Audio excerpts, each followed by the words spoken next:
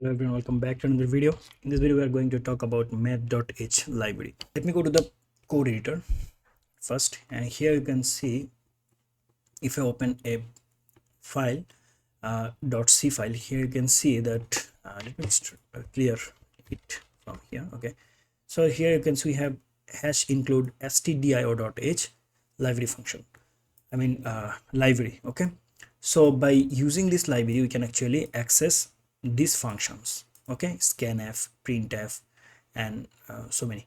So math.h is kind of library.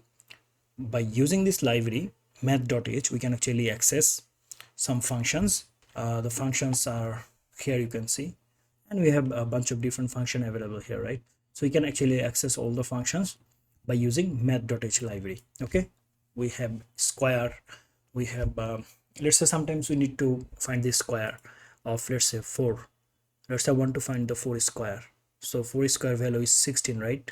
So how to find it?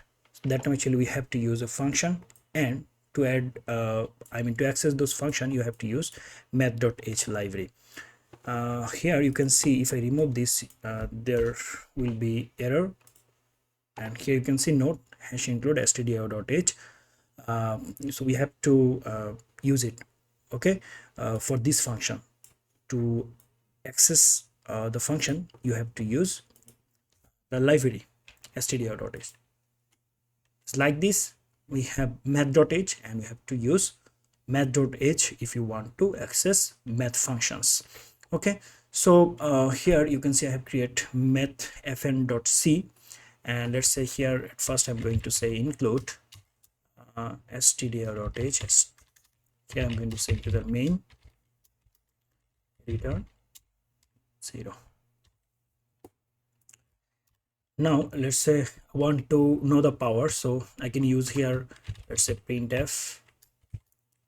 So I'm going to say here %f, because power will actually return me the float value or double value. Okay, so here I'm going to use the power function like this, and let's say the first value, let's say 3.0, and the second parameter will be, let's say, 9.0. So now if I execute it, here you can see include math.h. So it's saying that, okay, if you want to use this function you have to use math.h library. So we have to use include math.h. Now let me clear from here at first. Now you can execute it, and here you can see the output.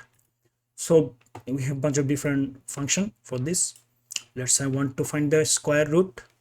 So here I'm going to say %b. Okay, and I'm going to say here that sqrt square root of, let's say, 9.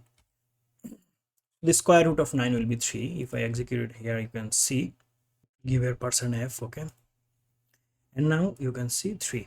So this is how you can use math functions. You just have to include math library. Okay, that's it.